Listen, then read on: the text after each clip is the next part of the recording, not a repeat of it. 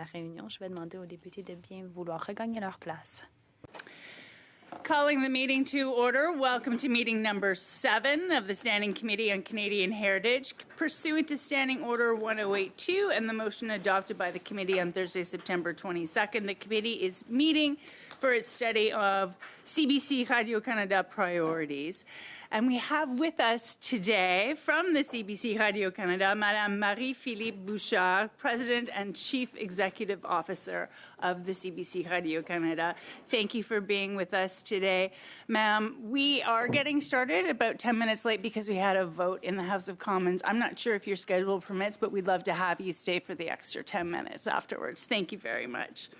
And with that, I think we are ready to get started. With, you have 5 minutes, Madame, to give us some opening remarks. Yeah, there we go. Madam Chair, members, I welcome the opportunity to meet with you again, this time as President and CEO of CBC Radio-Canada. It has been a busy 11 months. Quand nous nous sommes rencontrés la dernière fois, when I last met with you, I said CBC Radio-Canada needed to be a listening organization, that I wanted to take the time to listen to employees, to stakeholders, and to Canadians, the users and the non-users of our services. That's what I have been doing across the country. What I've heard is reflected in the new strategic plan.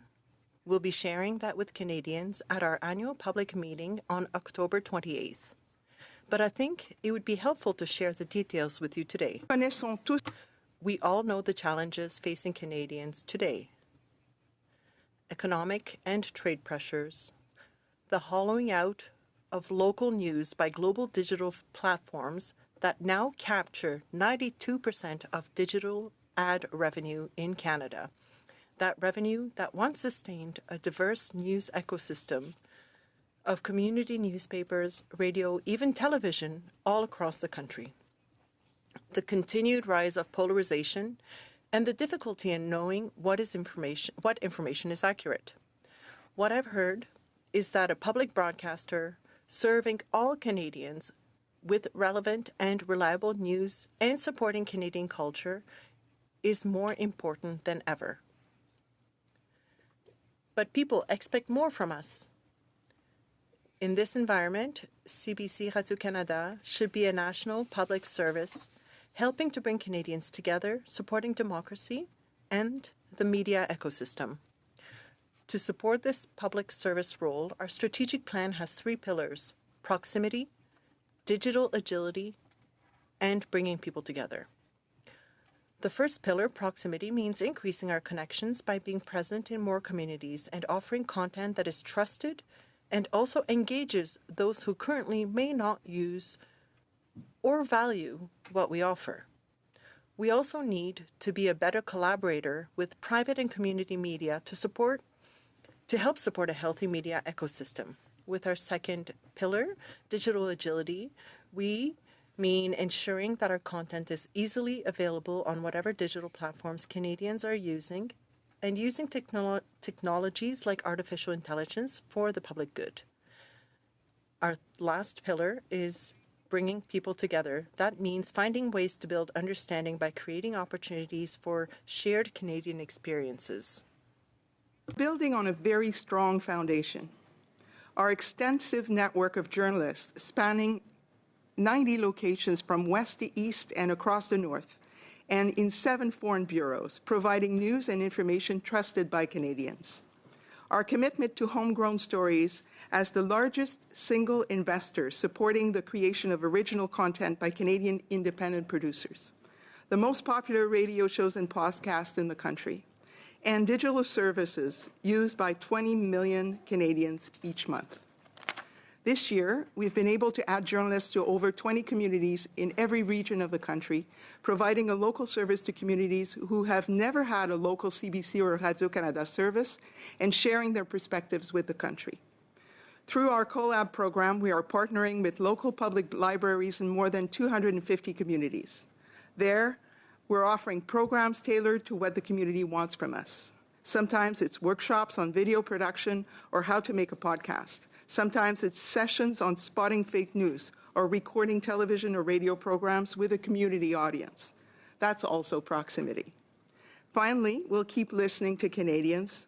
We'll listen and we'll adapt so that we can increase the public value created for their benefit. Thank you for your time. Less than 5 minutes even. Thank you very much. We'll start with questioning now from Mrs. Thomas with the Conservatives. Sure. Thank you. Ms. Bouchard, Travis Danraj, I'm sure you're familiar with him, of course. He worked for the CBC. He was the host of the show Canada Tonight. He aimed to give multiple voices and different perspectives an opportunity to share on his show. But unfortunately, due to the culture that was created within CBC's workplace, he was forced to resign. And in his resignation letter, he described CBC's workplace as facilitating a culture of, quote, retaliation, exclusion, and psychological harm, end quote. How do you respond to these allegations? Well, as you know, Mr. Danraj has filed a complaint to the Human Rights Tribunal. So unfortunately, I'm limited in the comments that I can make because we're going to hear the evidence at that tribunal. I'll just set the record straight right here. At this committee, you do have the ability to be open and honest here, and everything that you say here, of course, is kept in confidence and it's not usable in court. So I'd be curious as to how you would respond to that. Well, this is not my interpretation of my responsibility. We are in a court litigation or a quasi-judicial tribunal litigation. With respect to that process, I will reserve my comments. Is it true that there's a culture of toxicity at the CBC? That's not what I've experienced. Now, you may know that I've worked with the CBC prior to coming back as the CEO. I worked there for almost 30 years. I've been away for 10 years. And since I've been back, I've been traveling and meeting with a lot of our employees and a lot of stakeholders. I've not witnessed what you describe as a culture of toxicity. Those were the words of a former employee, actually. Those are Travis Danraj's words, not my own. He would speak from his experience there. Now, I'm curious, have you looked into his case at all since becoming CEO? You've had 11 months to do so. Again, I cannot comment on his specific case. I'm not asking you to comment on the specific case. I'm just simply asking you, have you looked into it? Have you looked into his complaints, his concerns? There are people in the organization that are charged with doing that, and okay, I trust that they have. So as CEO, you have not, but you have simply allowed others to do that work for you. Well, as is natural in a large organization, I don't actually double up on everybody's responsibility. Okay. Ms. Bouchard, as is natural in any organization, the buck stops with the CEO, the person at the top. They are the person responsible for cultural formation, and the culture at the CBC, according to Mr. Danraj, is one of toxicity. It's one where there is retaliation, exclusion, and psychological harm being done to employees. You're telling me that that doesn't concern you enough to dig into that on your own. You're telling me that you've simply stepped aside and allowed others to deal with that. I would tell you that we conduct surveys on a regular basis of the work culture, the employee's perception. So one individual's claims does not make a whole organization's culture. What I have as evidence, first of all, is my own experience in the organization in the last 10 months, but also the responses to surveys that we conduct regularly with our employees that describe their sense of pride and their sense of fairness in the organization. And those surveys show that the sentiment is widely positive. Those surveys are anonymous? Yes, they are. Excellent. In a leaked phone call that Mr. Danraj, he asked the CBC management, quote, why can't they, the CBC, get interviews with Conservatives? And the CBC management replied back vaguely saying, quote, well, you know why. So I'm curious, in your estimation, why are Conservatives not welcome at the CBC? Well, I would say Conservatives are quite welcome at the CBC. In fact, they are interviewed regularly. Give me an example of the last 5 Conservatives that were interviewed on the show within the last 2 weeks. Anywhere within the CBC. I can't answer that. I can get back to you and give you more detail, but I don't watch and listen to everything we broadcast on a continuous basis. So if you would like, I will provide those numbers. Which show offered by the CBC do you think is most fair, offers the most diverse views in terms of news coverage? Well, all of our shows are, especially in the news area, are governed by the same journalistic standards and practices. So I would say... Some are equally diverse? I would say they were all striving to achieve the proper balance in terms of subject matters, interviewees, and diversity of points of view. So there would be no bias at the CBC? Well, I would say that that's not our policy, that's not our practice.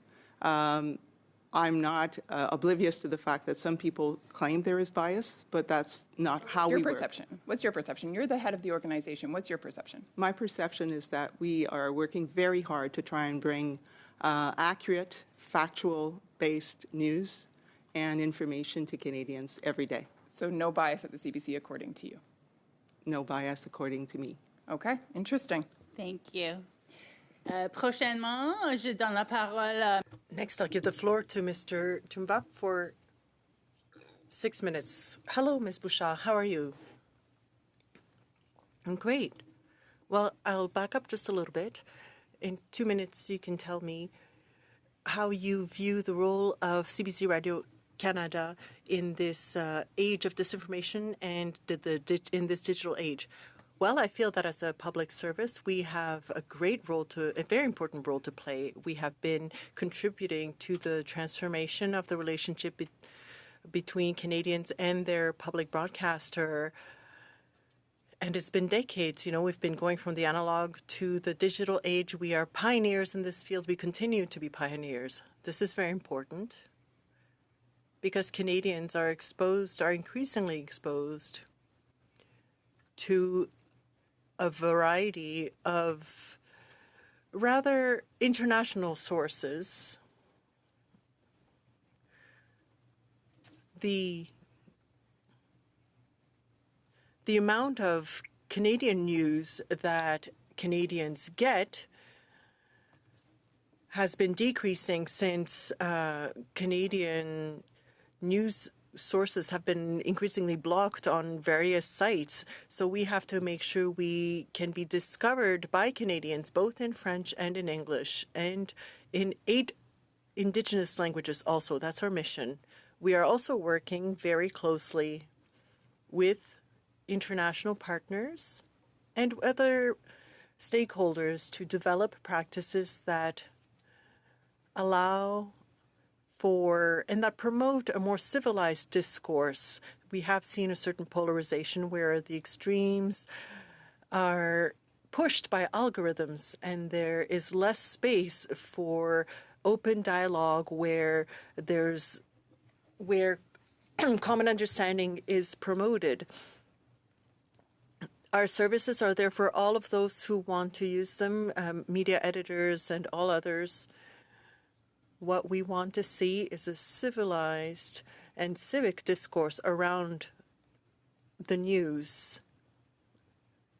And that's a job that is important for public broadcasters, and it creates public value. Well, speaking of these efforts, how can CBC Radio-Canada better meet the needs of the peoples on the South Shore of Montreal, for example, in my riding? Well, the Francophone content is something we've been doing for a very long time. As you know, we have close ties with Francophone communities, both in large urban centres and in the regions outside Montreal, and, of course, throughout the country, in all communities where Francophones are present. Now, we're doing that through not just our traditional stations, but also through digital tools that allows us to be quite hyper-local and create info letters, for example, that are very localized, and also vertical videos, for example, that can be used and discovered easily. That allows communities to see themselves reflected on streaming, for example, and not only at fixed specific hours. So that allows relationships to build. And by having journalists on the ground, it allows people and communities to express themselves and to be seen, not just in their own area, but throughout the country. Outside the regions, maybe let's look at diversity then. I often hear and I see on the screens various things. Could you tell us about CBC Radio-Canada's current objectives in terms of diversity, equality, and integration, both what we see on screen and within the organization internally, recruitment, retention, and building talent of underrepresented groups? Before I arrived, the organization had already put in place a plan to promote equity, diversity, and inclusion. And we have results also that show that. But in our new strategic plans, we are strengthening our commitment to reflecting Canada as it is today, with the diversity of communities that make it up. We know the importance not just of seeing that reflected in our team and on our teams, but also on the screens. We work closely with organizations such as the Indigenous Screen Office, the Black Screen Office, and we also work with groups that help us develop, and fill boards rather, and we also work with groups that help us develop ways to connect with these groups, to work on projects in terms of hiring and promoting people of diverse backgrounds internally. We have programs for that. And we want to help people overcome any challenges and systemic challenges that might be in the way, so that they can reach various positions or develop their skills in various areas. So we do pay specific attention to reach these goals. Thank you very much. Next, I'll give the floor to Mr. Champoux for 6 minutes. Thank you very much, Madam Chair. Hello, Madam Chair, Madam President. It's great to have you here with us today and to hear about your work, because I know that you've been very busy since during the 11 months since you were appointed, but I know there's a lot of planning you do for the next years also. You published recently a 5-year plan for your strategic planning. Before getting into the specific points of your strategic plan, I'd like to hear how these discussions went. I'm looking specifically at information. So right now, we are at a time where there's a lot of misinformation, disinformation in our news, alternative facts, reality that's just twisted, and that is a huge challenge for journalists. But you, as a public broadcaster, need to ensure that you have information that is neutral, as objective as possible, as factual as possible. How do CBC Radio-Canada's information professionals meet that challenge, that obligation that the public broadcaster have to provide news, even if what people are looking for are prefabricated news, are a bit twisted, that really meet where they're at and their mood at that moment. So I'd like to hear what you've done. First off, I'm not sure that Canadians are looking for misinformation. They're simply wading into it. The misinformation comes to them. Then the way people consume information, well, they're receiving the information, and it's an endless feed, an endless Twitter, X feed, Facebook feed, and other information sources. well, it continues and continues. Unfortunately, more rigorous sources, like that of Radio-Canada, among other available media platforms that are more rigorous, well, they're also used by Canadians, and so we're competing for people's attention.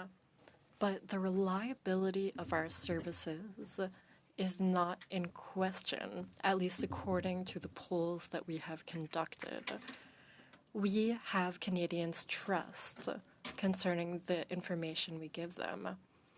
The point is to give them the information when they need it on the platform that they're on. So some people are easily able to reach us on platforms, be it our apps, our website. But there are people who do not go to our platforms because they're stuck on YouTube, for instance. And so a part of our strategy will be to ensure that for those who don't come to Canadian information platforms, to go where they are and to bring this content to them to ensure that contributes to their information diet. And so if you go on X, you'll see more misinformation. And it seems like trendy information, people aren't really going for traditional media anymore, like what we're seeing on CBC, Radio-Canada. And that's also the challenge. You have to go against the commenting masses. Have you developed more in terms of that media offer? We often see commentators who are sovereignists, federalists, conservatives, liberals. Is that something that you currently find inevitable, obligatory as a media platform? I think that that's part of a balanced media diet because we have the facts, reporting on the ground, that's super important, and not just in the regions, but also ensuring that we're present internationally. There aren't many Canadian media institutions that are able to report internationally, and that's important for us. We also need to have commentators. That's part of a balanced media diet. Another important thing is to have formats and training that are appropriate for the uses, or rather, different kinds of media. So we have youth media, media for teenagers. We also have media for young adults. And so we have to keep on developing forms that are appropriate for various demographics. And so you mentioned a group that you need to reach, the non-users and those who are critical of CBC Radio-Canada. How do you do that? How do you seek out those who are critical of your platform? Well, the big paradox of my first few weeks was going to Calgary and meeting teams, the CBC Calgary teams, the local teams, and seeing how strong that team was and seeing that Calgary is the #1 media in Calgary. That means something. Our team is close to the city of Calgary, and that's not the only city where CBC or Radio-Canada is #1. Why? Because they're local, because it's a local media platform, and that leads to confidence. And so this local connection, we need to keep on making sure that that's strong. Earlier, you were talking about local. Oh, we'll speak more about that later. Thank you. We'll go to Mr. Diot for 5 minutes. You have the floor. Thank you, and thanks for being here, Madam President. I just wanted to tell you a little bit about myself. I've got a great interest in the media myself. I was a journalist for 3 decades before getting into politics. I was also the president of the Edmonton chapter of the Canadian Association of Journalists and a national director of that association. And that association is all about trying to make journalism better. I think that that's a driving passion of me to this day. I think we need better journalists. We need more of them. And we need them to be balanced. Now, we've heard allegations from Travis Dunraj, who is not some rookie, some kid. We've heard allegations from your former employee that CBC was not balanced and is not fair and objective. How do you address that severe criticism? What do you say to that? Well, I say that we strive to be balanced. Are we always, every minute of every day managing that? It's impossible to do that on every minute. But overall, we are striving to be balanced. Now, Mr. Dunraj is talking about his own experience. And again, I said that I wasn't able to comment on that. But we are aware that it's something that we need to work at all the time. Why do you think you need to work at it all the time? Do you sense that there's not the balance that you would like? It's very difficult to measure output. It's easier to measure the perception, and we do measure perception. Now, overall, the perception of balance is still very much measured around Canadians, but there are areas where we see that the numbers are a little lower. And those numbers that we get from the surveys that we conduct about the perception of balance, I think is a function of the fact that maybe we're not present enough in those locations. So I'm tying it into the local service as a way to create that sense of inclusion, of reflection, that then draws into balance. Is this particular to Alberta? I believe you've had surveys that indicate that Albertans are not your biggest fans. Well, again, paradox, because radio is very successful, but Alberta and Saskatchewan are areas where we need to invest. Why do you think people in Saskatchewan and Alberta don't trust the CBC or feel that they're not balanced? Well, I wouldn't say people in general don't trust, because that's not what the evidence or the surveys reveal. That the level of trust is not as high as we would like, but it is still majority of people who trust CBC. Could you extrapolate a little bit the level of trust? So what don't they trust? What is that? Well, that the survey doesn't tell me exactly why their sentiment is what it is. They answer the question. Not a very good survey, then. I'm sorry? Not a very good survey. Aren't you trying to gauge trust and balance? Is premier, as a journalist, of course, a long-time journalist, that's the premier thing that you want to achieve, right? Well, you get a sense of that when you are in the field with the people, and that's when you are boots on the ground reporting that what's going on in the community, what are the preoccupations. I think that's how you enhance the sense of inclusion and the sense of trust. Okay, I think that's a little vague, but as far as balance goes, I'm wondering if you would agree to table the last 5 Conservative voices that were on CBC News over the last 2 weeks. You were asked that previously, and we'd like to have it before the committee provided no later than October 30th. Is that fair? I'm assuming that's possible. Okay, so you'll do that. There's an organization called All Sides Media. It looks at media bias. So here's an example of how they rated these media outlets. They rated the Atlantic, the Guardian, and the Huffington Post as left-wing media. They gave centrist ratings to Reuters, Christian Science Monitor, Forbes magazine, Wall Street Journal. Right-of-center media, they listed Fox News, National Review, and Epoch Times. Do those sound about where they should be? Would you agree with that list? Well, I've seen those kinds of surveys, and it sounds about what I've seen from those surveys. Okay, so. And over to Ms. Royer now for 5 minutes. Yes, thank you. Thank you, Madam Chair. Welcome, Marie-Philippe. Very pleased that you're here. I guess just a follow-up in the spirit of fairness.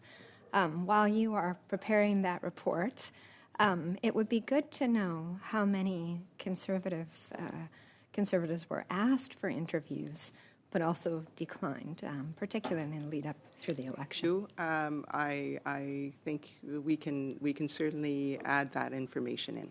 Merci.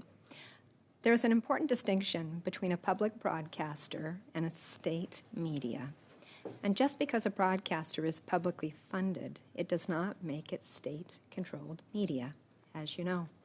And to be clear, CBC is a public broadcaster, not state media. It operates at arm's length from our government. Marie-Philippe, can you walk us through the key measures that ensure the CBC's independence and why it is inaccurate to compare it to state-controlled media? Oh, there's many things, but it's built into the Broadcasting Act. I mean, the statement is very clear that all the framework around CBC, from its governance to its regulatory, to the span of regulation that the CRTC exercises, that it is there to safeguard the independence of the corporation vis-a-vis government in terms of its editorial and creative freedom. So we do have responsibilities in terms of accountability for management of the appropriation that we get, but we are independent from all government interference in terms of editorial direction and creative freedom. And those are the main aspects. But it's also verified by various organizations. We are subject to, or we get verification of our independence through the Journalists Initiative that certifies organizations worldwide as to their independence. Thank you. I really appreciate your response. CBC Radio Canada's 2025 to 2030 strategy defines it as a national public service media organization that belongs to the public and creates public value by fostering democratic life and cultural cohesion. How do you measure that public value today, especially in an era when trust in institutions and media is declining? Well, we measure public value, first of all, by many dimensions. The first one is use. How many Canadians use us and for what amount of time during their week or their month. That can be measured across platforms. So time spent and reach, that's a value to Canadians. We also measure how they perceive our service in terms of, yes, fairness and balance, but also reflection of their community, information about their concerns, and reflection of the diversity of the country. We measure our impact economically.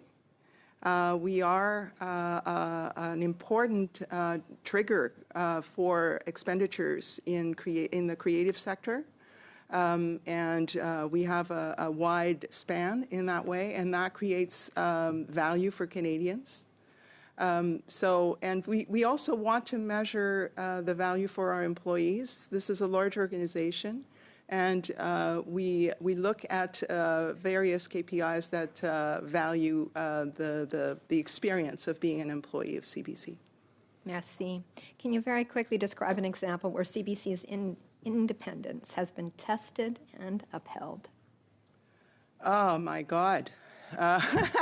That's my day-to-day life. I mean, because we have, well, first of all, there's the independence of the newsrooms. And our structure is such that we do protect the call and the decision-making capacity of our heads of news.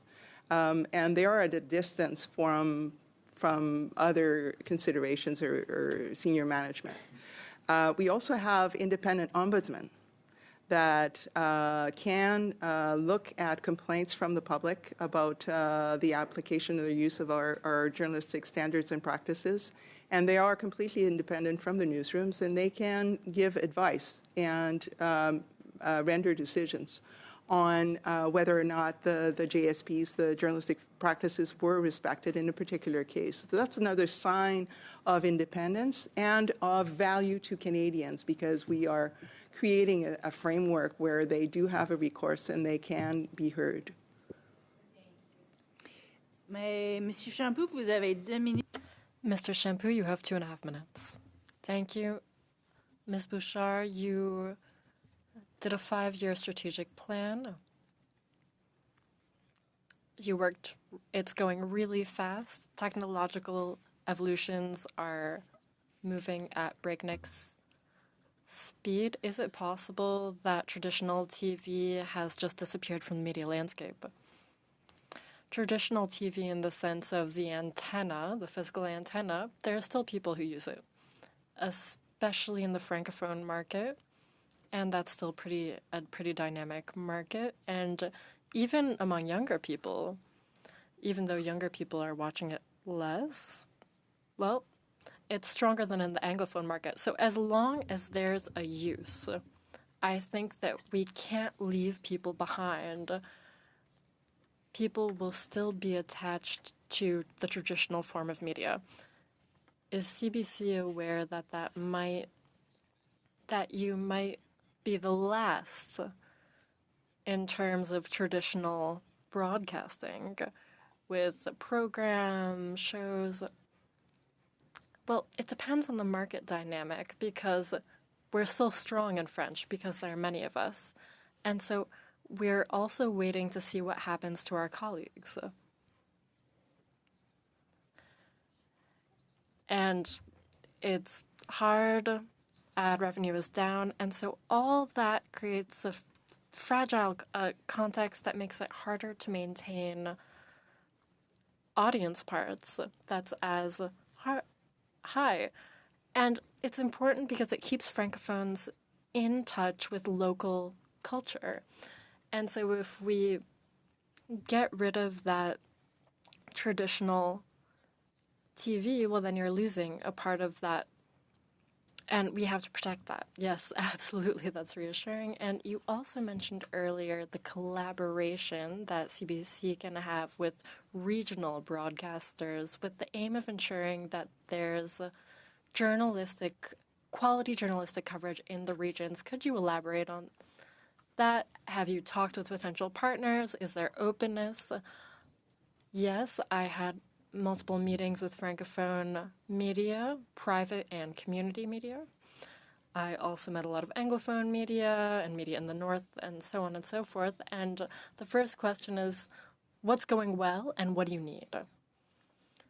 And then we look at, well, in our operations, our ways of seeing the future, how can we support what's going well? Bring down the costs of what's the most expensive. So sometimes we can share the costs of an election broadcast to make it cheaper for everyone. Sometimes it'll be giving images for an event cost-free. And so how we can reduce their costs and allow them to invest their money in distinct coverage, the coverage that distinguishes them, and we're taking all that into account. You have 5 minutes. Thank you, Madam Chair, and welcome again, Madam Bouchard. You know, I looked at your 5-year plan for CBC, and right at top, you talk about accountability and transparency, which is any organization, those two should be on the top. But yet, to date, you've refused to provide any accountability to Canadians by sharing the numbers of CBC GEM. And that's an issue. We talked about it here with your predecessor, Ms. Tate, and she said, oh, it's going well. We got 2 million on and off viewers. But yet the subscribers vary because of the Olympics. They come on, they watch the Winter Olympics, and then they leave. But why aren't you disclosing those numbers on CBC GEM? I mean, your competitor may be Crave from the Bell Media, and they're trumpeting 4 million. So why would you not disclose CBC GEM numbers to the public? Because you're all about accountability and transparency. Yeah. So the way people subscribe to platforms such as GEM or Crave is evolving quickly. Used to be, everybody was behind a paywall, and CBC was offering a hybrid model, both with TV and with GEM. We were, first of all, with GEM was completely free, and then we added on a tier of subscriber features that were essentially being able to watch without advertising and access to CBC Newsnet. So these are considerations that have play in the negotiations that we have with distributors, with bundling. And these are issues that are discussed under confidentiality when we are negotiating. Now, the fact of the matter is, this is CRTC, which is the body that governs all of the communication, telecommunication, and the platforms, considers this type of information specifically and treats it as confidential. So we have a situation where we've got the Information Commissioner who came to a conclusion, and we've got the CRTC that considers that to be confidential. So we really have a conflict of interpretation. Hiding it. Are you embarrassed about the numbers of CBC GEM? No. Then why don't you come out and just say, here's the numbers that we got? I mean, you started this in 2019, CBC GEM. Mm-hmm. Now you have a 5-year mandate that you released last week. Give us some numbers. Well, I can give you a number, which is 5,300,000, and that's the number of people who've created an account. That's not necessarily. No, not necessarily. But that number, the number of people who are paying, is a number we keep confidential for competitive reasons. Yeah, I understand. And it is validated by the CRTC. So we're asking the court to simply reconcile these two interpretations that are contradictory. That's what So how much money have you put into GEM in the last 5 years? Do you know that? I don't have that number. Could you bring that number forward? I mean, we had Ms. Tate here glowingly talking about GEM and how it's doing. And we'd like to know how much money you've put into GEM. You have a 5-year commitment here that you released last week. So, I just looked at, you want more children, more newcomers, more youth. You want to get non-users getting involved, and you want dissatisfied users coming on board. Well, how are you going to do that when you're not really accountable and transparency with your numbers? Oh, Mr. Waugh, I think, Madam Chair, I think our accounts are public. There's lots of transparency around how CBC receives and manages public funds and our commercial revenue as well. More transparency than most. Now, specifically on GEM, I'd just like to point out that there's the platform in terms of technology, and then there's the content. Now, the content is multi-use, right? It finds its way on various platforms, to use that term. It can be linear TV, it can be on GEM, it can be on third-party platforms. So it's difficult to circumscribe what you're asking, because, Could you do your best for the committee? Bring some numbers in the next couple of weeks while we're asking. The number I can talk to eventually, because I don't have that right now, is how much we've invested in technology. Number. In terms of content, that would be impossible to determine because of the multi-use of the content. Then just give us the number that you've invested into GEM. That would really help, I think. It would help because it's one of your growing platforms. As you mentioned, radio, TV is dying. So could you bring those numbers forward? I wouldn't say radio is dying. In fact, we are still very successful with radio. But let me see what I can bring forward. Thank you. Thank you, Mr. Waugh. Mr. Alsud, you have 5 minutes. Thank you, Madam Chair. It's great to see you, and it's great to be back in committee. Madame Bouchard, I'd like to thank you as well for taking the time to be with us. I'd also like to congratulate you. I know that it was only in January that you started your mandate, but it was announced in October a year ago, so congratulations to that. Last week, like many of my colleagues, I had the privilege of spending much more time than usual in my riding. This also meant I could attend things that I might otherwise have missed. On Thursday, for instance, I attended a parliamentary workshop with some brilliant students. Of course, I'm biased. I'm a UTM graduate. And we talked about a lot of different things. Parliamentary procedure, being young in the world of politics, artificial intelligence and energy innovation. But the conversation that stuck to me, that stuck with me most, was that on polarization. Canadians, especially young Canadians, are tired of watching politics take precedent over priorities. In a study by the Public Policy Forum in August 23, more than 70% of respondents said that Canada was moderately to severely polarized.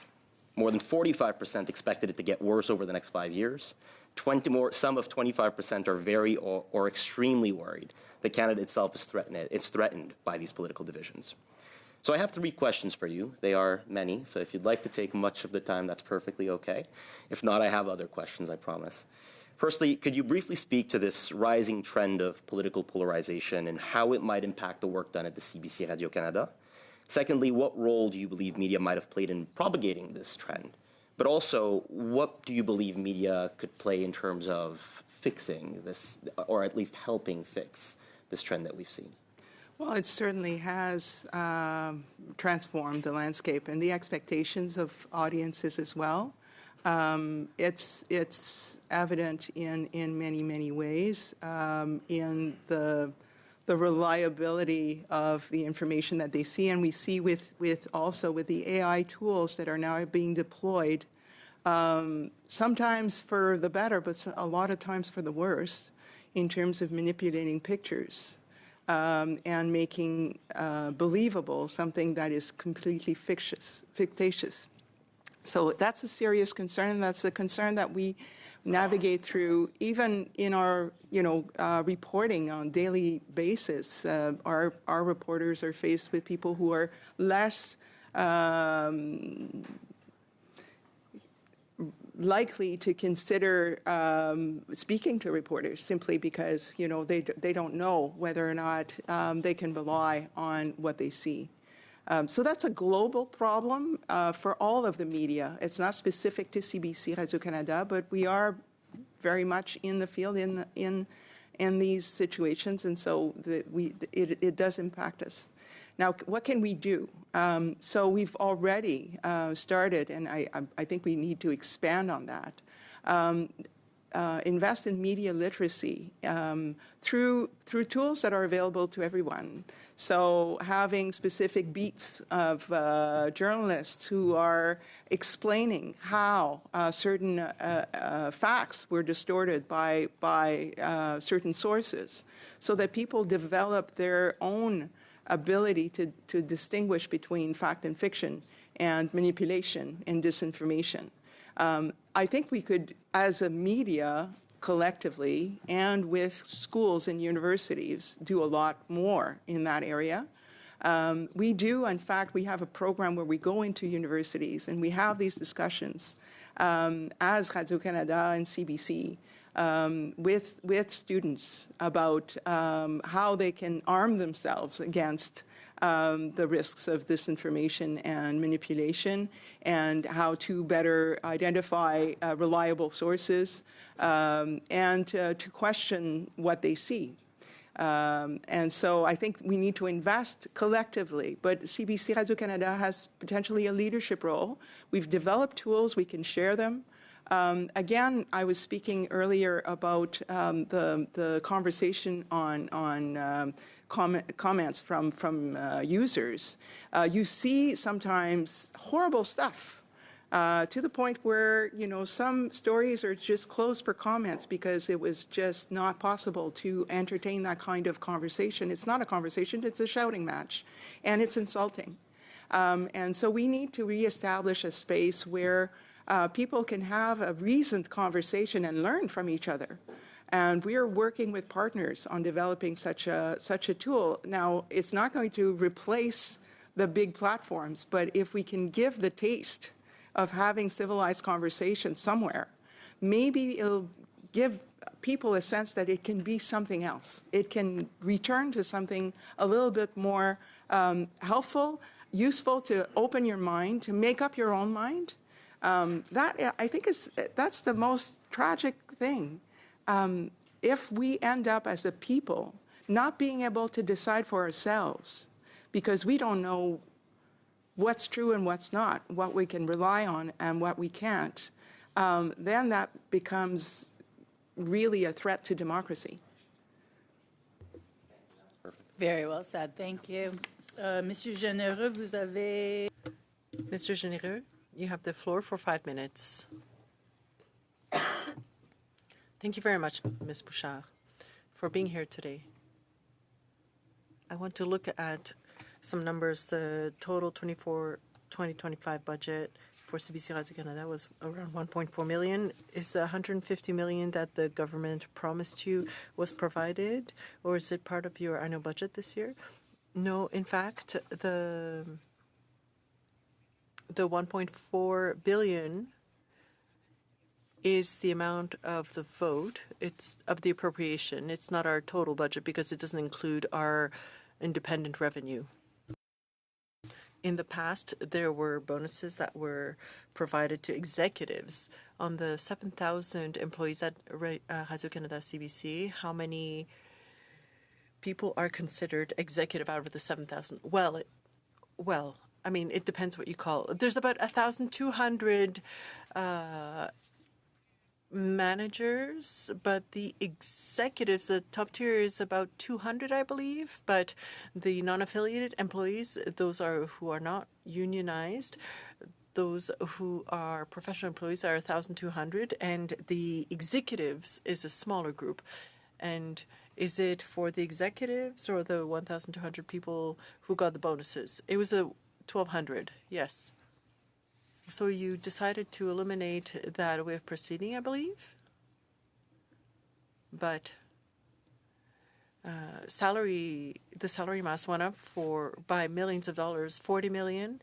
No, it's not quite. It's 37 million, but that includes salary increases to all unionized members, and 80% of our workers are unionized. So the 37 million includes those salary increases that were negotiated as part of the collective agreements. And they're good for how long? Well, I believe there's a variety. They are good till 2026, 2027, for example. The amounts that haven't been provided by the government yet, it'll be 2026, 2027 before you get that money? Well, it depends. I don't have information on that. It depends on the parliamentarians. Well, in that case, the salary increases generally will be eating up a large portion of that money. No, I don't think you could draw that conclusion from that. First, the salary increases that were provided were planned for. And therefore, now we're restarting our budgetary cycle, waiting for Parliament's decisions as for that part of the budget. Of the 1,200 people who are senior management, is it possible to get a document, which of course would remain confidential here, to see what their increases would be in their salaries, so we can compare what they had before and what they have now, without bonuses now? Because, I'm an entrepreneur, because it doesn't happen often because things aren't very easy right now. But once in a while, some years we can provide bonuses. Now, are the bonuses provided based on certain indicators, performance indicators? I believe they were in the past, but now that there aren't any bonuses, I mean, you could interpret that different ways. But are there any criteria now? Or since you have removed those criteria, how can you justify any increases without an increase in the number of listeners or the growth of your audience or services? I mean, how can you justify providing higher salaries? Well, there were many questions in that one question. I'll try to be brief and to try to answer all your various questions. So first of all, we do have a report from the Mercer firm on our corporate website, and that's one that the board had requested to make sure our system, our overall salary system, was being done properly, and I'll say that not all 1,200 of those people are executives, the non-affiliated members, and how the variables, that variable component, what we call bonuses, was used, and we want to remain at the medium point in the medium. So that means 50% of similar corporations will pay more and 50% will pay less than we do. What the Mercer firm did when we considered and when we looked at getting rid of the bonuses, executive bonuses, what we wanted to do was ensure that we retained our position at the median of the market so that we could retain our ability to attract and keep good employees. And we also didn't want to lower our standards and our position in the industry. So we made adjustments to maintain our position, but that was an adjustment that was made, but they're not going to happen all the time.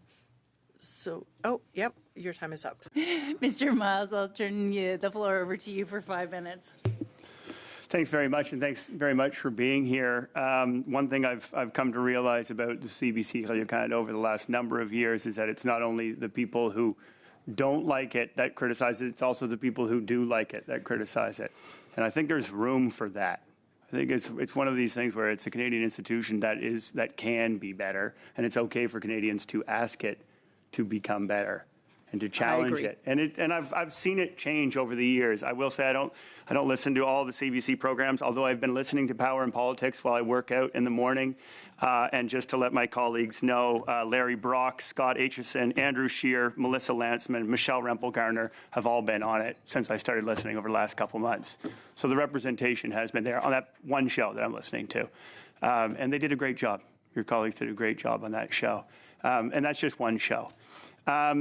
I am curious about this polarization conversation. I think what's happening now is that the conversation about diversity is becoming about diversity of opinion, diversity of thought. How does that become part of the diversity conversation on the broadcaster?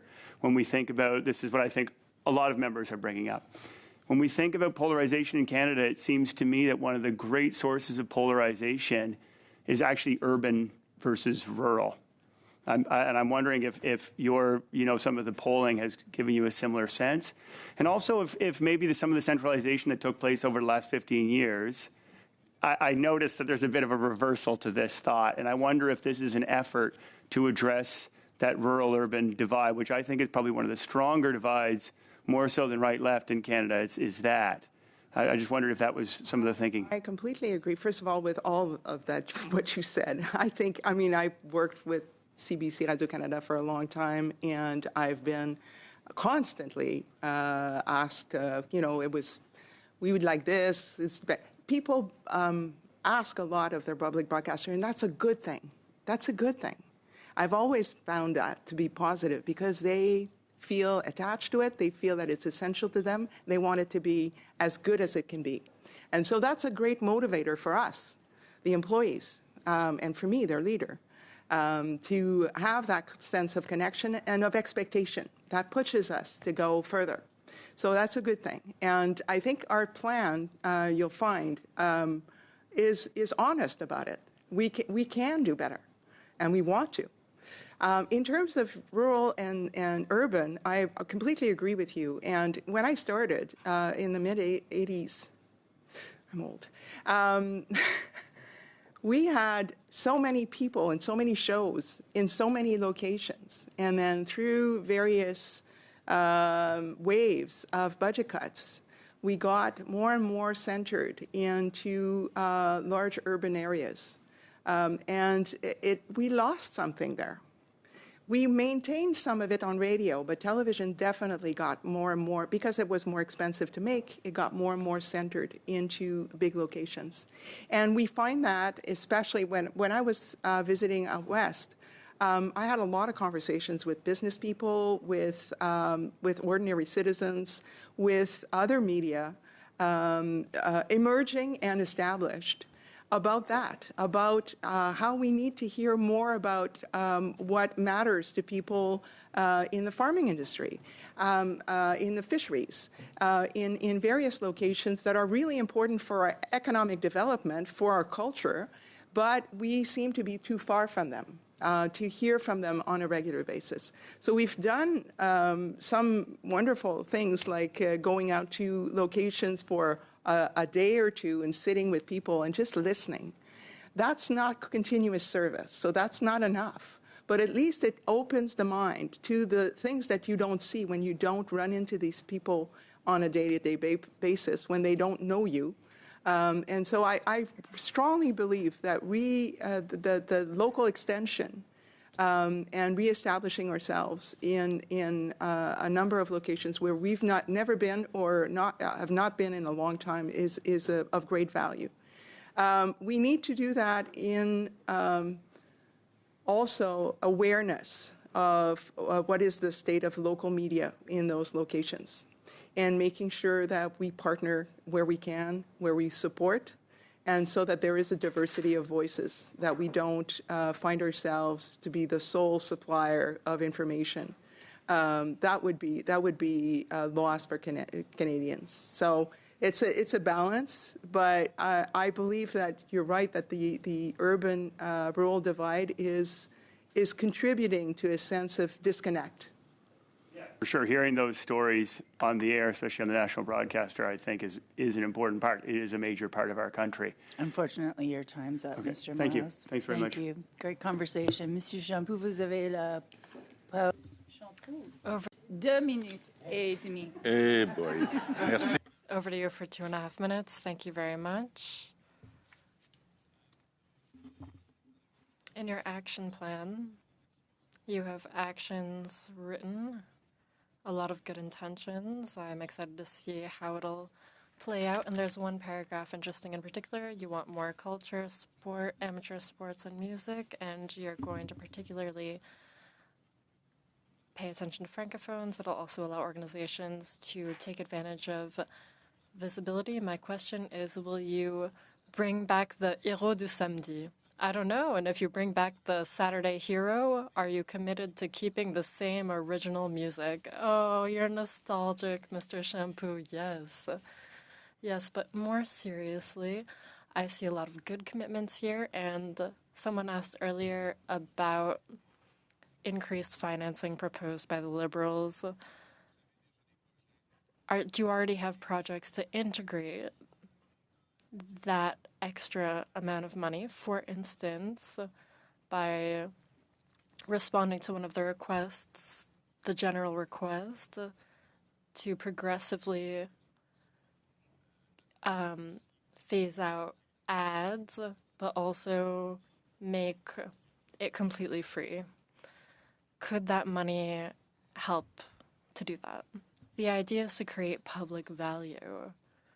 So it's a question of balance as well, depending on if the funds will be available, how fast the funds will be available, will the funding remain stable? That's a very important data point, because there were investments in the past. We were really happy for it, but it was only investment for 1 or 2 years, and afterwards there's less investment. So we can't make sustainable investments. And in terms of regional deployment, well, those are people. We're hiring people. So we can't just hire people on a temporary basis. And so the structural changes you're mentioning, well, they use resources. And so if we don't have a balance with extra resources, if those resources aren't stable, well, it's hard to make those commitments, because once we've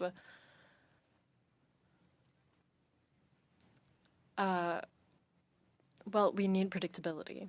And for the time being, I don't have that predictability. But seeing the model, for instance, the budget model for CBC, the financing, we've mentioned it a lot during these discussions, the major consultations that Madame Saint-Onge did to re-see that financing and increase it to allow CBC to phase out ads. Is that something you think you can do? Is that something that you'd be open to? Not much time left. Well, I'll refer to my previous response. There's also value in Radio Canada's presence in the Francophone market, in the ad market, to maintain a critical mass so it doesn't all go to Google. So we have to take that into account.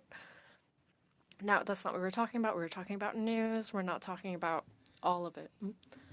And in terms of news, there are those who are pros in terms of not having ads, but we have to ensure that that doesn't deprive us of important resources in order to invest in our service.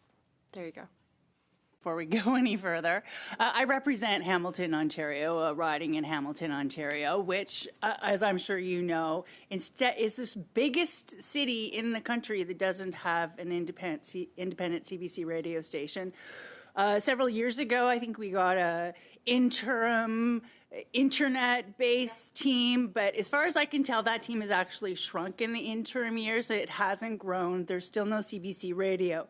Last year, Global News shut down CMHL, 900 CMHL radio, which Hamiltonians have been used to going to for many years for news and information. Those reporters are sorely missed in our community. And now there's a resurgence of energy among Hamiltonians to bring a CBC radio outlet to Hamilton. There is a station available to take over, CMHL, 900 CHML. So there's something available that Hamiltonians are used to tuning into for news and information. It's something that I think Hamilton really would like to have the advantage of extra reporting from CBC.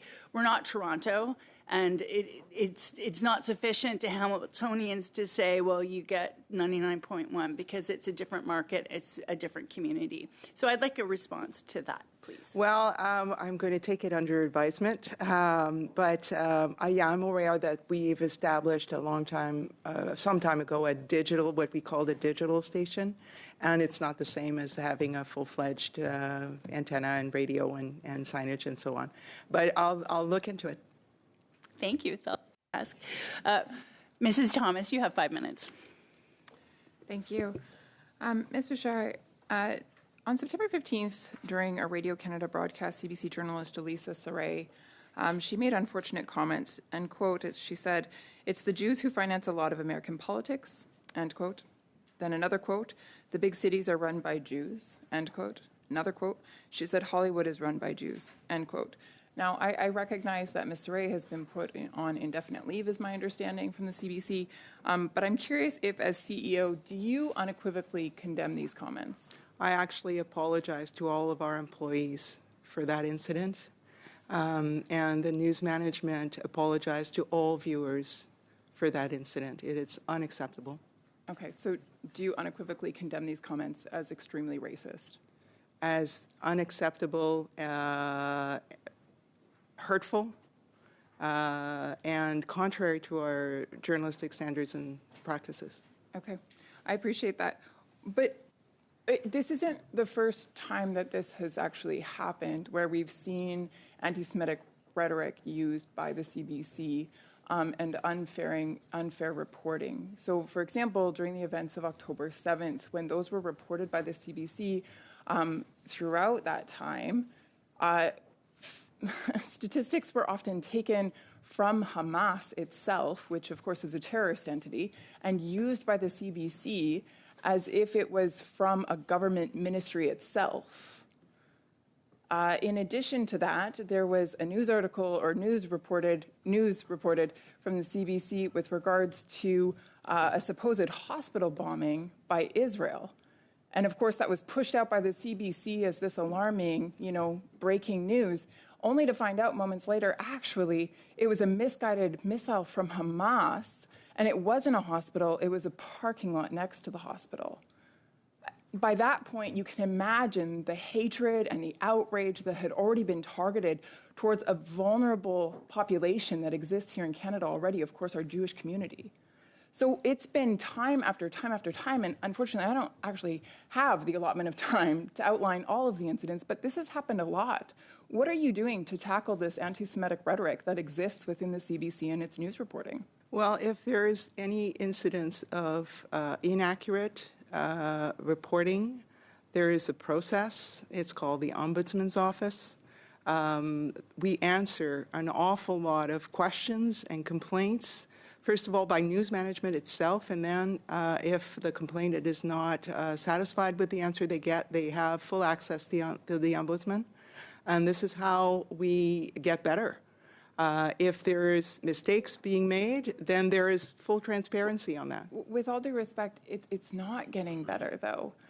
I mean, here we are. This most recent event just took place on September 15th, where, extremely racist, extremely anti-Semitic comments were made on the airwaves. So I guess my question to you on behalf of the Canadian public, and in particular on behalf of the Jewish community, would be, will you, as the CEO of the CBC, will you undertake a thorough investigation to confront this type of systematic racism that exists within your organization?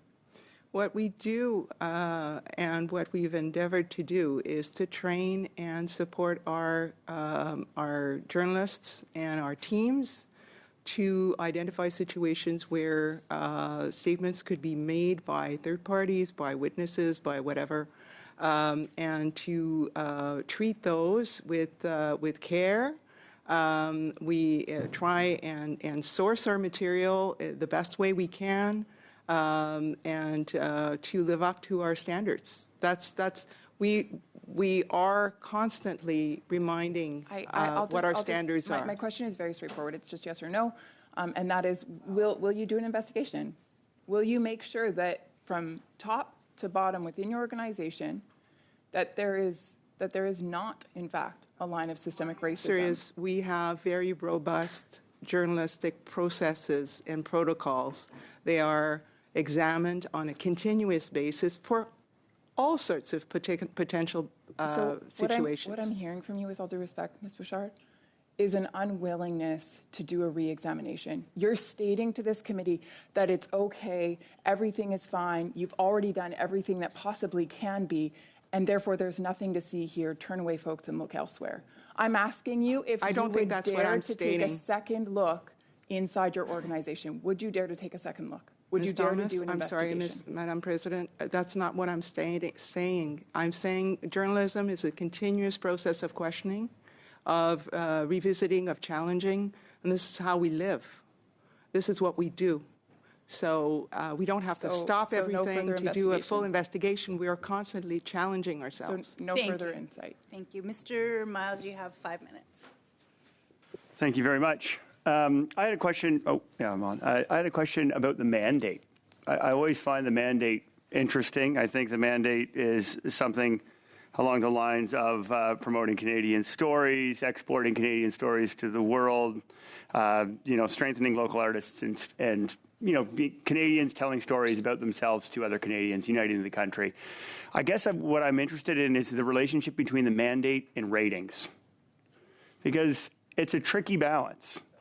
I think about the cultural program. I think about CBC Radio Top 20. If we're talking about cultural programming, I'm sure it's the same in Radio-Canada. There's always a tendency to want to play American hits because it gets people through the door. I'm sure in television, American sitcoms gets people in, ratings go up. But then at the same time, that doesn't actually speak to why it's publicly funded, why it has a mandate that it does, why it, then all of a sudden it's competing with commercial entities, in major markets on the, let's say, soft rock market. They're playing similar music at similar times. How can CBC lean into the mandate? And what is that relationship like with ratings? Because it is a tricky balance. An old boss of mine used to say there's no public broadcasting without a public. So we need to be reaching people. And that's why I was saying reach is a real important factor. How many Canadians do actually tune in to our programming wherever, on whatever platform, even if they tune into YouTube or TikTok, but it's a CBC produced or CBC acquired content, that counts for us. That's a way to touch people. We're not in a race to be number one. Sometimes we end up being number one, and that's a sort of a byproduct. of putting out good content that people want to listen to or want to watch. And again, the radio success is all about the local and our ability to be close to where people live and what's important to them. I think in music, I ran Ici Musique on the French side for a number of years with great joy. It's doing incredibly well with a very unorthodox sort of approach to music radio. It's not formatted. It's multi-genre, and it's growing. And so that says something about our ability to mediate between artists and the public and intelligently bringing discovery into their lives. That's a craft, and that's something that our people are really great at. So I think it's a mix of making sure we have moments where we can all feel together. Last Saturday, again on Radio-Canada, was the 400th episode of, oh my God, what's the name of the show? France Baudouin? En direct de l'univers, merci. It was all about the public who were fans of that show. It's been going on for 17 years. And it's a great showcase for talent, for local talent. And we do that. We do that on CBC. We do that on Radio-Canada. And it's not about the commercial value or the mass audience. It's about the feeling together and the cultural experience that we generate. There's do you think that over the years that you've been there, it's leaned sometimes more towards, because there must be a balance. At some point, you know that you can play Beyonce every hour and it's going to bump up ratings, so at what level do you say no to Santana and say yes to? Well, first of all, we've made our music formula to be essentially Canadian. We have the highest volume of Canadian plays of the market. So and also we have a diversity of genres, which is unheard of. But we also have authors. We are a great force behind selling books. Canadian authors through our programs and our contests of Canada Reads and the equivalent in French. That sells books for our artists, for our creators. So we have a real influence in how people experience culture and discover emerging artists, and it's really important. But we also have these moments where people feel together around comedy, around a great show that is iconic to their experience as Canadians. Do you see the cultural programming moving into the regions as well? We have some already. I think the digital formats help us a lot because it's less constraining than the traditional full production of television.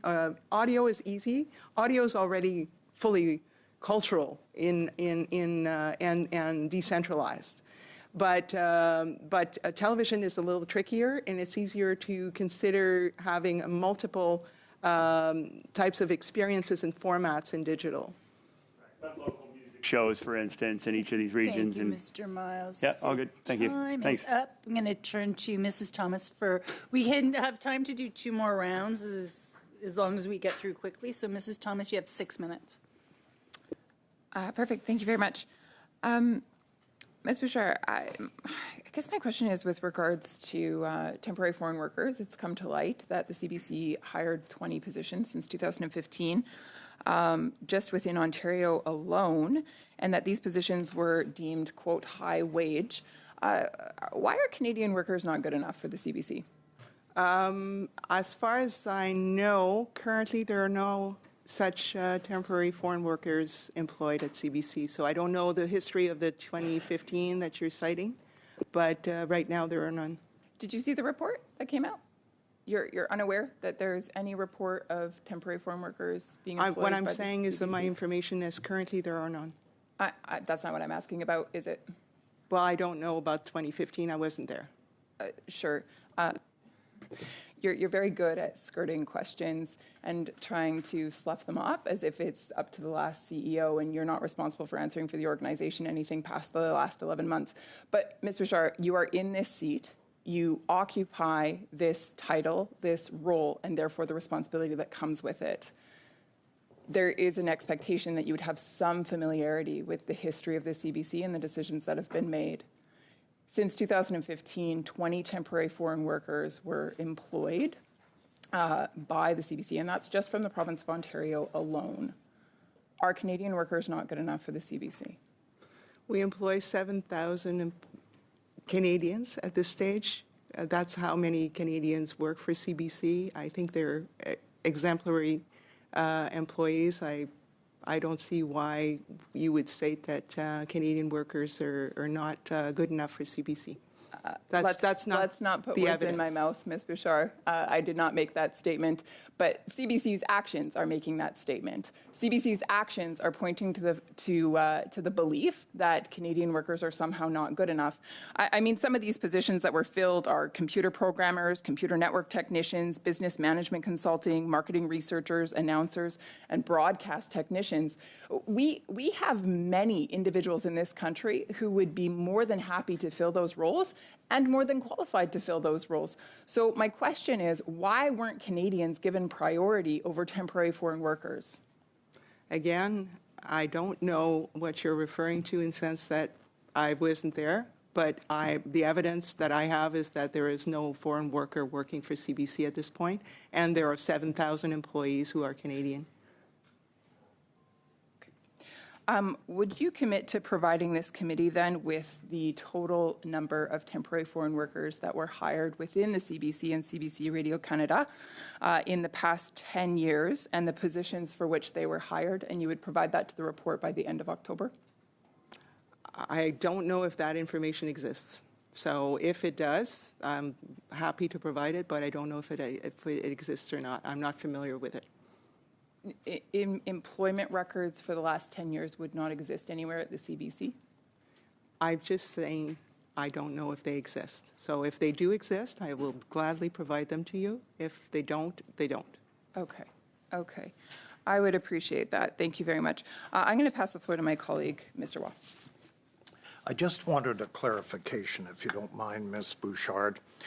You said the CRTC may consider the subscription numbers confidential, but does it forbid you yourself from releasing the numbers, or is that your decision, and your decision only for releasing them? You're absolutely correct. It's not a ban on releasing information. It's just a matter of what are the conditions under which we are expected to negotiate with distributors. We have discussions with all sorts of distributors for our content, for our platforms, for our apps, and that creates a context where information may not be available to the people you're negotiating with. So your lawyers today went to court trying to prevent the subscription numbers for CBC Gem. So, I mean, you were very active today, your organization, sending your lawyers ahead saying, no, we're not going to talk about subscription of CBC Gem. Why? I restate my answer to your previous question. We are in the market negotiating with providers on a commercial basis for distribution. There's information that is sometimes sensitive in those negotiations. We have a regulatory body who recognizes that sensitivity and allows people, businesses that are in this market, to consider that information confidential. And we have an interpretation by the Information Commissioner that says that we have not met the standard for that confidentiality.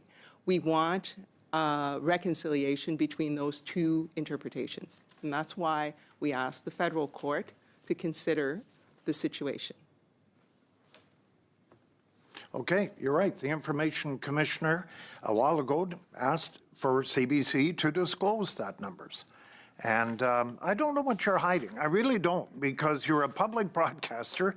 You're getting the funds from the public, and you're not in competition with Bell Media, Crave, or any of those. And I know the metrics of radio and TV and digital. I don't see the issue of CBC Gem not saying we own 1,500 subscribers. It's been going on for 6 years. I think that's the least.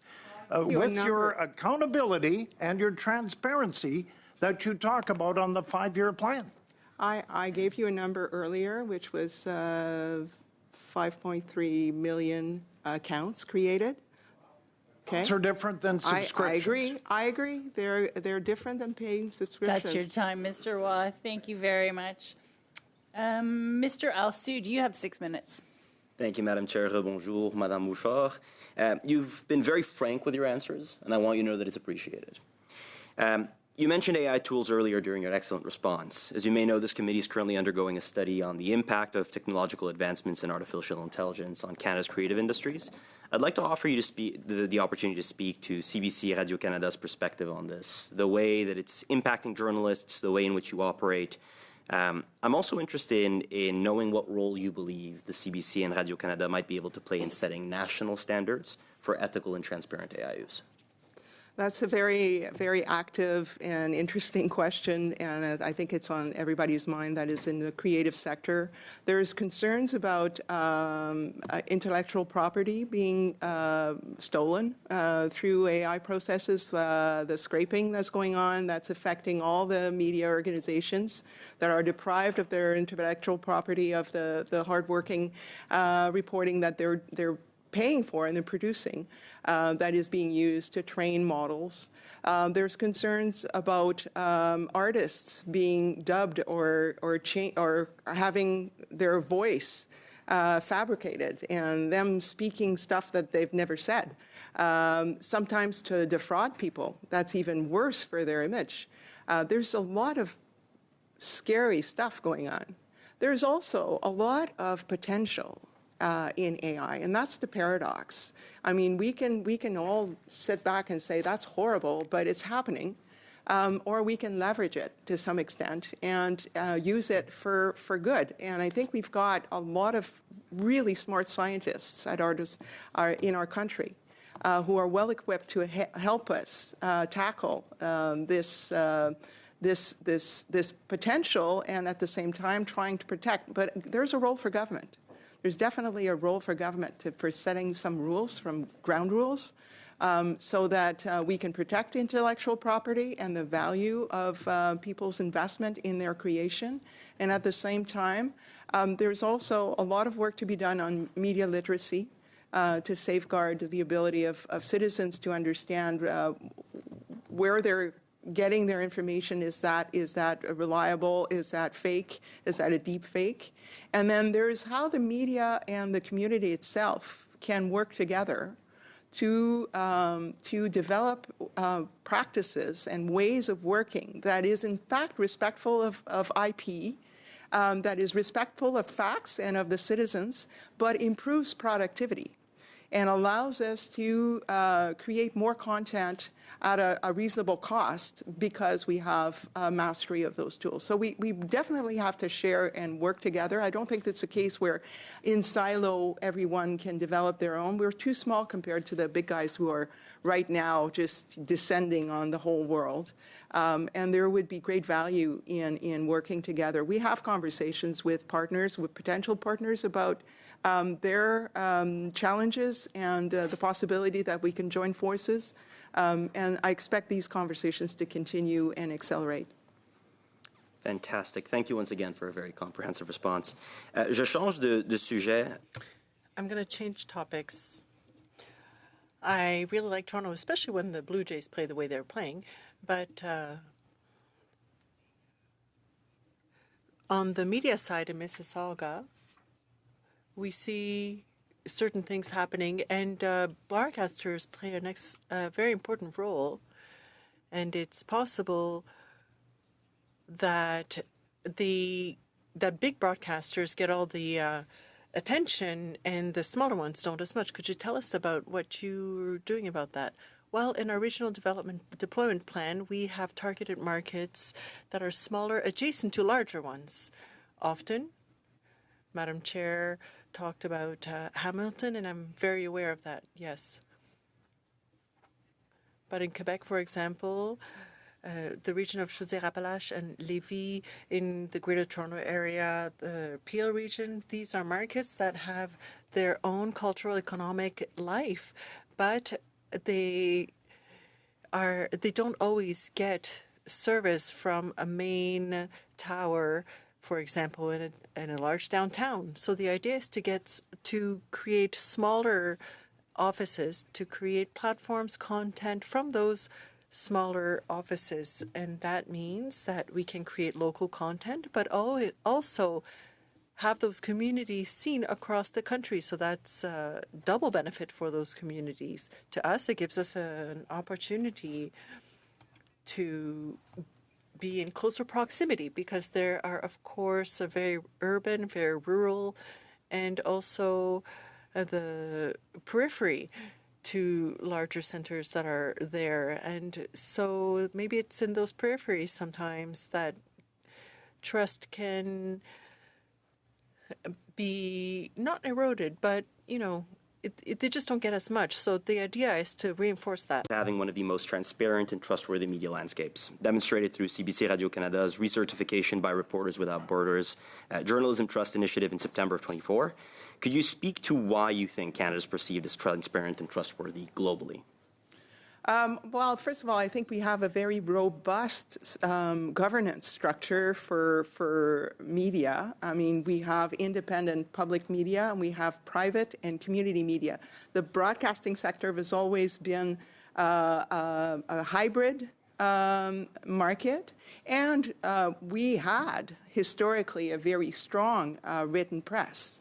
Now, that's been challenged to a large degree, and hoping that can transform and morph into something else. There still remains large publications that are more digital than paper now, but they're still very significant. So it's the diversity of the sources is one of the factors. The existence of legal protections for journalists and for media that ensure their independence, that protect their sources, that support their ability to access information, government information. The fact that government officials respond, because there are cultures, there are countries where you can ask all you want, you're not going to get an answer. Well, our governments feel that they are responsible and they answer questions from journalists. That all induces a culture that makes the media more reliable, more trustworthy, and more independent. Thank you. Martin Champoux, vous avez la parole. Mr. Martin Champoux, you have the floor for 6 minutes. Thank you, Madam Chair. Ms. Bouchard, when you look around the table, you'll see that some of us have a bit of gray hair. That means that we've seen, some are hiding it well, of course, but there are some of us who came up through this period when we had to be a little bit curious to try to get information. We had to plan when we were going to watch the news in our evenings. We had to go look for newspapers. It's a time when there were fewer informed people and more who were uninformed. What we see today, however, is that there are people who are well informed because we've kept that curious side, going to look for information, looking at sources and so on. We have a bunch of tools that allow us to do so, but there are also people, I would say, who are in contact with the news, but from various sources. You've talked about digital diversity earlier. That's what I want to talk about. I feel like today it's an even greater challenge because we are not just trying to inform people who have less access to or are less in contact with the news, but we also need to correct what's happening when people get information from unreliable sources or less reliable sources. You talked about AI, for example, and some of the things that are happening. So what do you do when your mandate, your mission is to improve digital literacy, curiosity of the upcoming generations? How do you meet that challenge without losing hope? Because sometimes I feel like it's an uphill battle. I don't want to say it's a lost battle, but it's a huge battle. Yes, it is a huge challenge, as you say. I think the first thing to do is to be there. That means being visible, being seen where people get their information. So there are entire cohorts of young people who are on YouTube full time. So if we don't provide rigorous, visible content on YouTube, well, we're missing that opportunity. There's also the fact of being present, having a presence in educational activities, for example, being in contact with young people. We go into schools with Radio-Canada, throughout the year, or they come visit us, so that they can see how the newsroom works, how news is made or provided. Everybody can look at a video, watch a video, but what's happening in the background? Why do you need fact-checking? Why are two sources necessary because one isn't enough? All of that education means that young people are better equipped to judge and to assess what they're looking at. So I think we have work to do with other media, with schools. And that's where I'm going. And what I want to talk about, I heard earlier what you were talking about, the efforts you're making. You're there. You're trying to reach people, young people, broadcast information in formats that they use. But social media are still huge machines. I mean, you can go on TikTok for every piece of real information. There's going to be 150 videos that are not. So we have as a society to find a way to identify or to have identified content that has not been checked or that is not reliable. And we have to do that work ourselves as citizens, and we have to train young people. You talked about cooperating with schools. So what age should we start, teaching kids about how to use social media, other media, the platforms? I feel like we're falling behind and we're not doing that work. And while we're not doing that work, that means generations and years of young people's lives where they are at risk of falling into that trap. Yes, we can see that truth and news, proper news and fact-checking on some of those platforms and social media are not there at all. Sometimes there's self-regulation. For example, for us, it's CRTC, there's the Ombudsman and so on. But in the case of platforms, there's nothing. There's no framework that holds anybody accountable. In order to make sure citizens are better equipped, well, we can see that there is some important work that was done in the Scandinavian countries, I believe, and it's work that needs to continue to support these types of initiatives aimed at helping. There needs to be cooperation from civic society because we can't count on the platforms. Yes, you're quite right. And because when we ask questions, I mean, it's always hard. I think we'll be able to meet with people on Wednesday, I believe.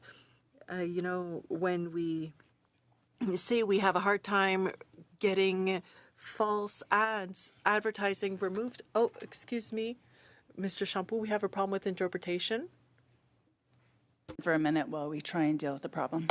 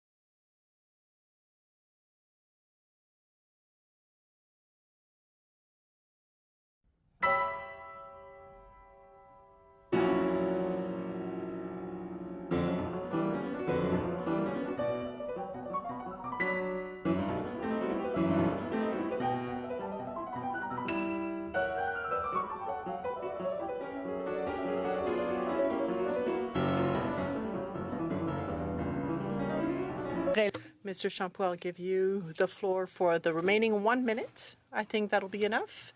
And then Ms. Thomas for 5 minutes after that. For 5 minutes, and we'll wrap up after that. Ce qui me déçoit, madame, c'est que... Well, what's unfortunate is that it's enough when you're saying 1 minute is enough. But, I'll take all the seconds you give me. We were just wrapping up, Ms. Bouchard, regarding the fact that we're in this huge battle. What I would call the digital literacy, and also to try to get young people interested. And we're having to deal with these huge digital giants that will do whatever they want, but we want it to be more constructive and informative, but our goals are different. They just want to simply spread all kinds of random information that cannot be helpful. So in the last few seconds, how do you approach that cooperation with these foreign entities?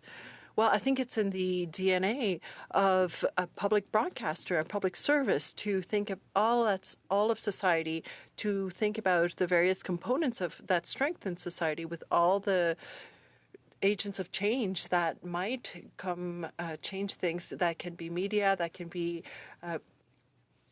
the education system is what it is sometimes, from the primary school to university. The idea is to work with researchers to better understand what's happening, use the points of contact we have with our audiences to understand what's happening. So I think it's work that we'll do looking at all the tools we have within society. And we have control over a few things, but we can work so much better with so many more people. Thank you very much. For 5 minutes. Thank you. Ms. Boucher, I asked earlier just with regards to LMIAs being acquired and temporary foreign workers being hired by the CBC. You said that wasn't done under your watch. The last LMIA that was secured was in Q3 of 2024. So that would have been just a few months before you took over in January of 2025.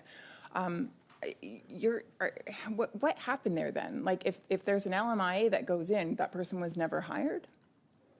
I'm sorry, what is this acronym that you're using? I'm not familiar with it. An LMIA is an approval from the province to hire a temporary foreign worker for a position that the CBC has shown proof that they've looked for a Canadian worker to fill that position but haven't been able to find it. Okay.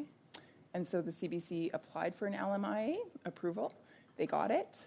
And so that was in Q3 of 2024, just before your tenure started. Yes. And so that seems then to be on the books during your time as a CEO. But you said earlier that that didn't actually happen on your watch. So was this person hired and then fired only a few months later? I have no information with respect to what you're citing, so I'd have to look it up. Okay, but under your watch, starting in 2025, not a single temporary foreign worker currently works at the CBC or has since you took over. That's the information I have, but I can double check. Okay, and thank you. And you'll report that back to the committee, correct? Sure. Perfect. And then would you also commit to this committee, given rising unemployment numbers, that under your tenure as CEO, you would not hire any future temporary foreign workers to fill positions? Well, honestly, we're in an environment where we are hiring the best talents we can. We are obviously hiring Canadians in a vast proportion. There might be incidents where, for a very specific type of work, there's a requirement. If there's a process and it's approved by the authority, I don't exactly see what the issue is that you have with this process, but maybe I'm not familiar enough. I guess my issue is the fact that unemployment rates in Canada are rising, and the CBC is looking elsewhere to fill its talent rather than right here at home. I don't think it's accurate to say that we're looking elsewhere. We're looking extensively. Respect, sorry, if I can finish my answer. The last LMIA was filed for hiring a business management consultant. I think there's quite a few of them in Canada. Again, I'm not familiar with the example that you're citing, and I'd have to look it up. What I'm saying is that we are in constant interaction with universities and colleges, with job fairs, with our talent acquisition people work very hard to find talent, to train them, and we are very much involved in a Canadian workforce environment. Thank you. I'll hand it over to my colleague, Mr. Diop. Madam President, I just want to talk about media bias and balance again. Talked about on all sides organization rates media bias. So they rate The Atlantic, The Guardian, and Huffington Post as left of center. They rate Reuters, Christian Science Monitor, and Forbes as centrist. And they rate Fox News, National Review, and Epoch Times as right of center, which I think most people would agree is fairly accurate, correct? Well, I mean, that's their rating. Right. Okay. So in 2022, the same organization rated CBC as left of center. So what will you do to try to bring CBC to the center of the mix? Well, again, we were talking earlier about the divide between urban and rural, and I think sometimes urban issues tend to be considered as potentially more center or more left, and rural issues sometimes considered more center or more right. I think having a wider span. Yeah, just this organization per se didn't look at urban and rural. They looked at straight up bias, and they found that I was getting CBC is biased. Well, you were asking me what will we do about it, and right. I was saying that redeploying in more locations in contact with more people in a diversity of contexts will improve our ability to accurately reflect the mood of the country and the various points of view. That's the plan. Yeah. You know, when I've seen a lot of speeches by Pierre Poilievre in Alberta, and the biggest applause line by far is when he says, defund the CBC. Why do you think Albertans are so upset at the CBC that it needs to be defunded? I don't know exactly what the people attending those meetings have in their heart. I've met with Albertans, some of them, obviously not everyone.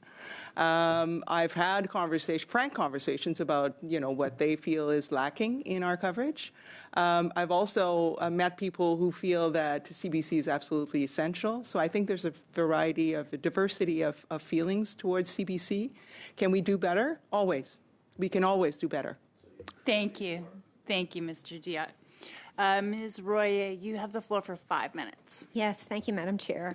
I'd like to preface my question with highlighting some of the things about CBC that I really appreciate. One of them is a radio program called North by Northwest. It's a uniquely BC program, and it also sells books.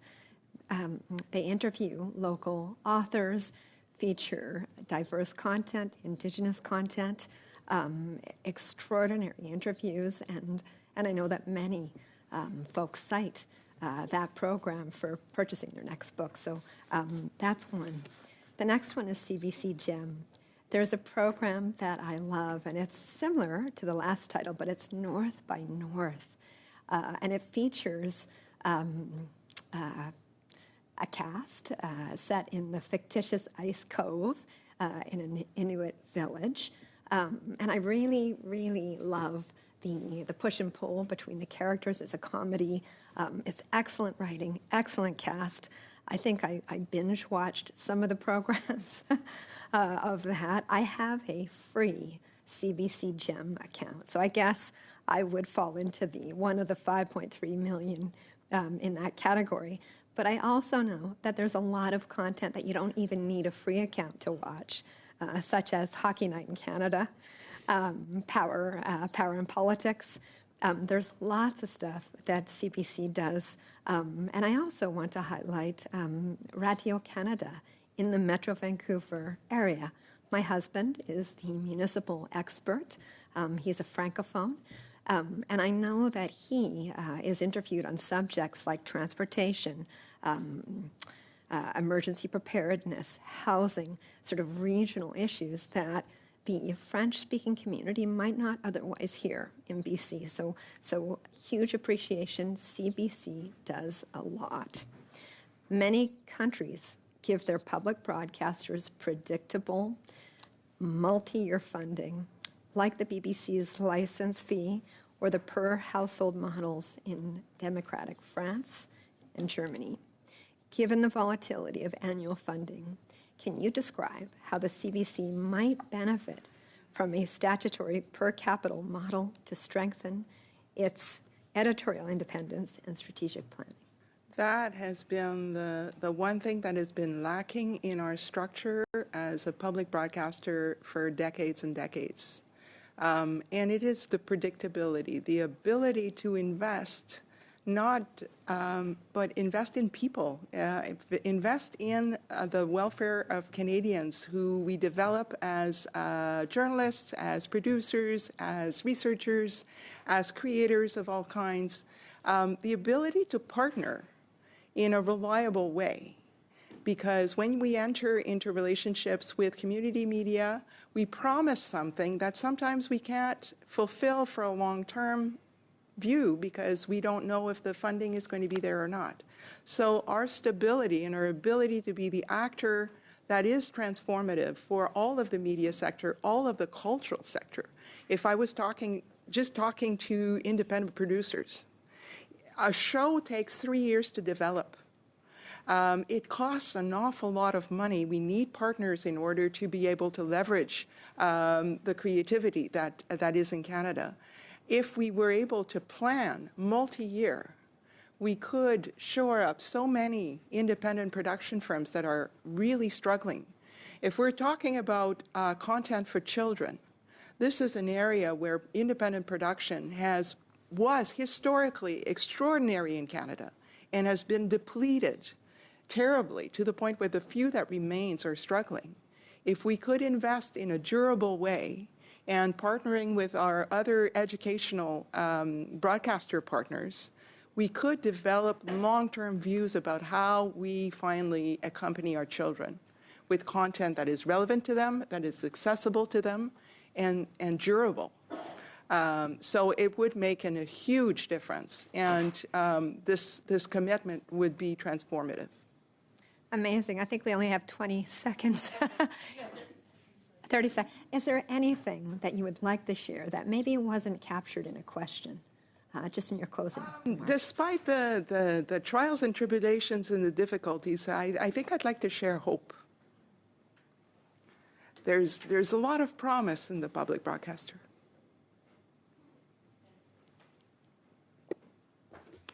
Ms. Bouchard, we want to thank you again very much for your participation today and your fulsome answers. I think I've learned a lot. There's a lot of journalists around this table, so I think you got a lot of really probing questions, but we appreciate your time. Thank you for responding to our request for you to come. Thank you very much. With that, I will Good evening. Declare this meeting adjourned.